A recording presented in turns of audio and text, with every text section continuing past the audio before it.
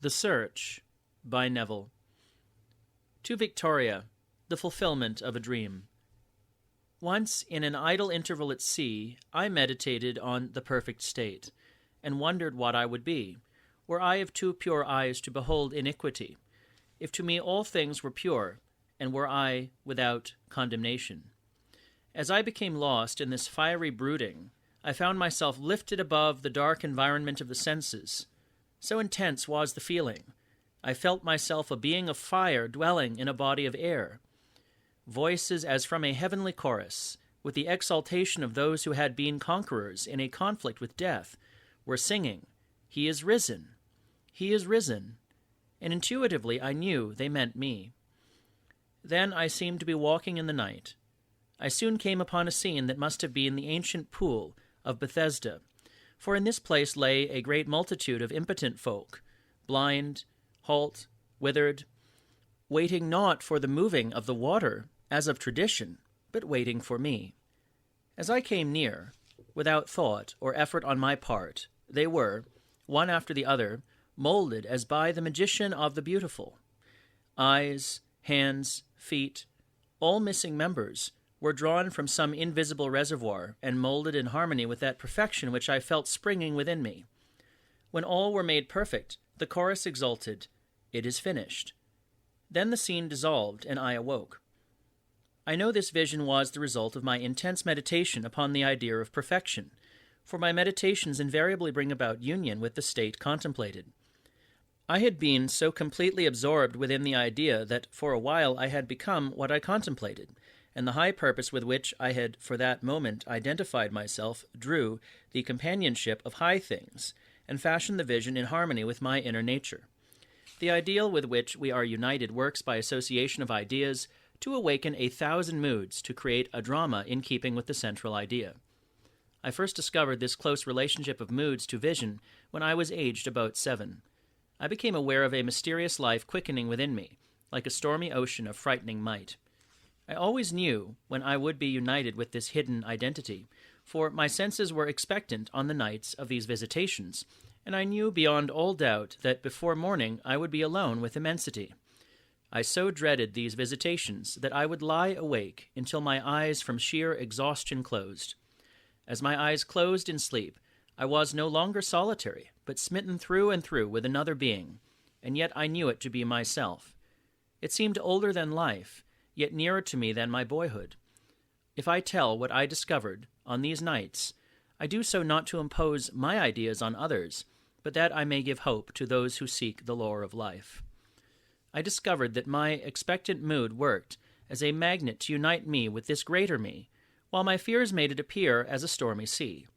As a boy, I conceived of this mysterious self as might, and in my union with it I felt its majesty as a stormy sea which drenched me, then rolled and tossed me as a helpless wave. As a man, I conceived of it as love, and myself the son of it, and in my union with it, now, what a love enfolds me! It is a mirror to all. Whatever we conceive it as being, that it is to us. I believe it to be the center through which all the threads of the universe are drawn. Therefore I have altered my values, and changed my ideas so that they now depend upon and are in harmony with this sole cause of all that is. It is to me that changeless reality which fashions circumstances in harmony with our concepts of ourselves. My mystical experiences have convinced me that there is no way to bring about the outer perfection we seek other than by the transformation of ourselves. As soon as we succeed in transforming ourselves, the world will melt magically before our eyes and reshape itself in harmony with that which our transformation affirms. 2 other visions I will tell because they bear out the truth of my assertion that we, by intensity of love and hate, become what we contemplate. Once, with closed eyes made radiant from brooding, I meditated on the eternal question, "Who am I?" and felt myself gradually dissolve into a shoreless sea of vibrant light, imagination passing beyond all fear of death.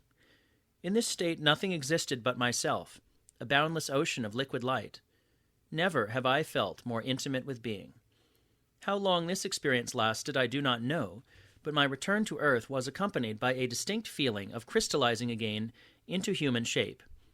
At another time I lay on my bed, and with my eyes shut as in sleep, I brooded on the mystery of Buddha. In a little while, the dark caverns of my brain began to grow luminous. I seemed to be surrounded by luminous clouds which emanated from my head as fiery, pulsating rings. I saw nothing but these luminous rings for a time. Then there appeared before my eyes a rock of quartz crystal. While I gazed upon it, the crystal broke into pieces, which invisible hands quickly shaped into the living Buddha. As I looked on this meditative figure, I saw that it was myself.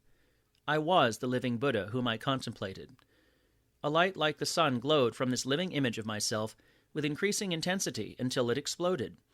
Then the light gradually faded, and once more I was back within the blackness of my room.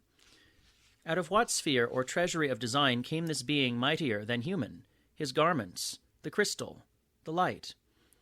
If I saw, heard, and moved in a world of real beings, when I seemed to myself to be walking in the night, when the lame, the halt, the blind were transformed in harmony with my inner nature, then I am justified in assuming that I have a more subtile body than the physical, a body that can be detached from the physical and used in other spheres. For to see, to hear, to move are functions of an organism, however ethereal. If I brood over the alternative that my psychic experiences were self-begotten fantasy, no less am I moved to wonder at this mightier self who flashes on my mind a drama as real as those I experience when I am fully awake. On these fiery meditations I have entered again and again, and I know beyond all doubt that both assumptions are true. Housed within this form of earth is a body attuned to a world of light, and I have, by intense meditation, lifted it as with a magnet through the skull of this dark house of flesh. The first time I awoke the fires within me, I thought my head would explode. There was intense vibration at the base of my skull, then sudden oblivion of all. Then I found myself clothed in a garment of light, and attached by a silvery elastic cord to the slumbering body on the bed. So exalted were my feelings, I felt related to the stars. In this garment I roamed spheres more familiar than earth, but found that, as on earth, conditions were molded in harmony with my nature. Self-begotten fantasy, I hear you say, no more so than the things of earth. I am an immortal being, conceiving myself as man, and forming worlds in the likeness and image of my concept of self. What we imagine, that we are. By our imagination we have created this dream of life, and by our imagination we will re-enter that eternal world of light, becoming that which we were before we imagined the world. In the divine economy nothing is lost. We cannot lose anything save by descent from the sphere where the thing has its natural life. There is no transforming power in death, and whether we are here or there, we fashion the world that surrounds us by the intensity of our imagination and feeling, and we illuminate or darken our lives by the concepts we hold of ourselves. Nothing is more important to us than our conception of ourselves, and especially is this true of our concept of the deep, hidden one within us. Those that help or hinder us, whether they know it or not, are the servants of that law, which shapes outward circumstances in harmony with our inner nature. It is our conception of ourselves which frees or constrains us, though it may use material agencies to achieve its purpose.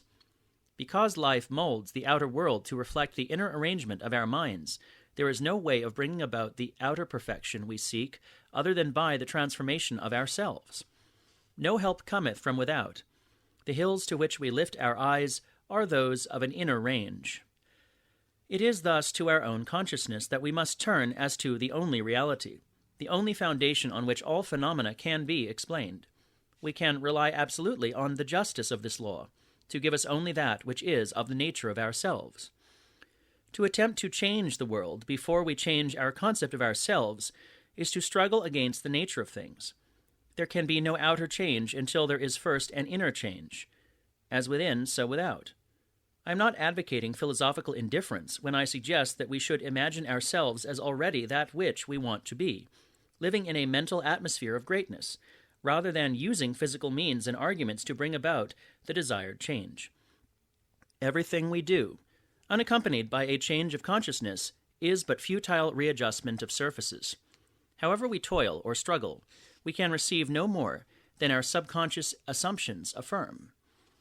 To protest against anything which happens to us is to protest against the lore of our being and our rulership over our own destiny. The circumstances of my life are too closely related to my conception of myself not to have been launched by my own spirit from some magical storehouse of my being. If there is pain to me in these happenings, I should look within myself for the cause, for I am moved here and there and made to live in a world in harmony with my concept of myself. Intense meditation brings about a union with the state contemplated, and during this union we see visions, have experiences, and behave in keeping with our change of consciousness.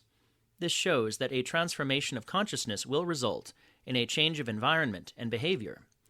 However, our ordinary alterations of consciousness as we pass from one state to another are not transformations, because each of them is so rapidly succeeded by another in the reverse direction. But whenever one state grows so stable as to definitely expel its rivals, then that central habitual state defines the character and is a true transformation. To say that we are transformed means that ideas previously peripheral in our consciousness now take a central place and form the habitual center of our energy. All wars prove that violent emotions are extremely potent in precipitating mental rearrangements. Every great conflict has been followed by an era of materialism and greed in which the ideals for which the conflict ostensibly was waged are submerged. This is inevitable because war evokes hate, which impels a descent in consciousness from the plane of the ideal to the level where the conflict is waged. If we would become as emotionally aroused over our ideals as we become over our dislikes, we would ascend to the plane of our ideals as easily as we now descend to the level of our hates. Love and hate have a magical transforming power, and we grow through their exercise into the likeness of what we contemplate. By intensity of hatred, we create in ourselves the character we imagine in our enemies. Qualities die for want of attention, so the unlovely states might best be rubbed out by imagining beauty for ashes and joy for mourning, Isaiah 61:3, rather than by direct attacks on the state from which we would be free. Whatsoever things are lovely and of good report, think on these things, Philippians 4:8. For we become that with which we are en rapport. There is nothing to change but our concept of self. Humanity is a single being, in spite of its many forms and faces, and there is in it only such seeming separation as we find in our own being when we are dreaming. The pictures and circumstances we see in dreams are creations of our own imagination and have no existence save in ourselves. The same is true of the pictures and circumstances we see in this dream of life. They reveal our concepts of ourselves. As soon as we succeed in transforming self, our world will dissolve and reshape itself in harmony with that which our change affirms. The universe which we study with such care is a dream, and we, the dreamers of the dream, eternal dreamers dreaming non-eternal dreams. One day, like Nebuchadnezzar, we shall awaken from the dream, from the nightmare in which we fought with demons, to find that we really never left our eternal home, that we were never born and have never died, save in our dream.